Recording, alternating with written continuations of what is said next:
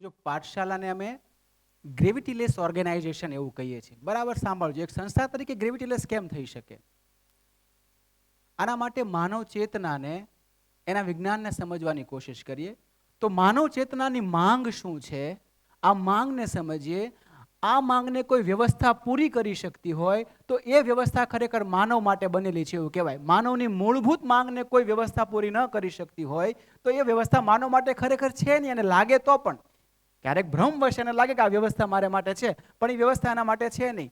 માનવ ચેતનાની મૂળભૂત માંગ શું? માનવ ચેતનાની મૂળભૂત 3 માંગ છે. બરાબર સાંભળજો. માનવ ચેતનાને નિર્વાહના ભયમાંથી મુક્ત રહેવું છે. નિર્વાહના ભયમાંથી મુક્ત રહેવું એટલે આપણે બધાને સલામતી ઝંખીએ. તમે જો આપણી પાસે 10 લાખ હોય તેમ થાય કે મારે 20 લાખ હોય તો પછી મારે આ ન કરવું પડે. આ સલામતી એટલે મારું અસ્તિત્વ પર ક્યારેય ખતરો ન આવે. આનું સૌથી ઊંડું મૂળ તો મૃત્યુના ભયમાંથી જ મારે શાશ્વત થવું છે.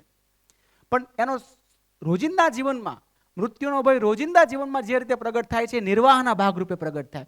નિર્વાહના ભયમાંથી મુક્ત રહેવું હોય માનવ ચેતનાને. નિર્વાહના ભયમાંથી કોઈ ચેતના મુક્ત છે તો શું? તો એને કાર્ય બોજમાંથી મુક્ત રહેવું હોય. નિર્વાહ બોજમાંથી મુક્ત થાય પછી કાર્ય બોજમાંથી એને મુક્ત થવું જોઈએ. કે મારે કામનું મારા પર ભારણ ન હોવું જોઈએ. કોઈ એવું કામ મારે ન કરવું પડે જે મને નથી ગમતું.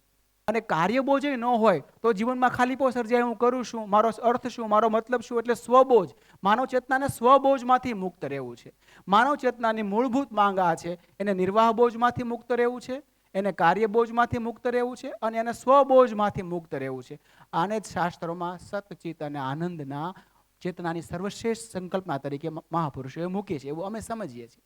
આ 3 વસ્તુ પૂરી કરી શકતી હોય એવી કોઈ વ્યવસ્થા હોય તો એ માનવ ચેતનાને એવા હલક સ્તર પર મૂકશે, એટલા ખીલેલા સ્તર પર મૂકશે કે કોઈ જાતનો જીવનમાં ભાર નહીં લાગે.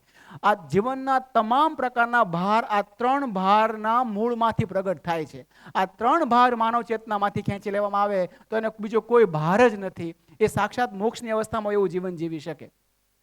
આ 3 ભારમાંથી મુક્ત કરી શકાય એવી વ્યવસ્થા ગોઠવવાના ભાગરૂપે પાઠશાલાનો આખી વ્યવસ્થા, એનું સ્ટ્રક્ચર, એની સૂચનાઓ, એની સ્ટ્રેટેજી, એનું પ્લાનિંગ બન્યું છે. એટલે પાઠશાલામાં 3 ગુણો સચવાય એવી અમે કોશિશ કરીએ છીએ કે આનો હિસ્સો બનનાર વ્યક્તિને નિર્વાહ બોજ ન હોય એટલે આ વ્યવસાયિક ભૂમિ પર થયું છે. બીજું, એને કાર્યબોધ ન હોય એટલે આ મનોવૈજ્ઞાનિક ભૂમિ પર છે. હવે આ કાર્યનો આનંદ આવવો જોઈએ, કાર્યનો ભાર ન લાગવો જોઈએ. અને સ્વબોજ, આ કાર્યનો બહુ ઉમદા ઉદ્દેશ હોવો જોઈએ એટલે પોતાનો સ્વબોધ નહીં લાગે કે એનું જીવન મિનિંગફુલ લાગે. આ 3 ગુણો જે જગ્યાએ જળવાતા હોય એવી વ્યવસ્થાનું નામ પાઠશાલા છે. એ અર્થમાં અમે એમ કહીએ છીએ પાઠશાલા ઇઝ અ ગ્રેવિટીલેસ ઓર્ગેનાઇઝેશન.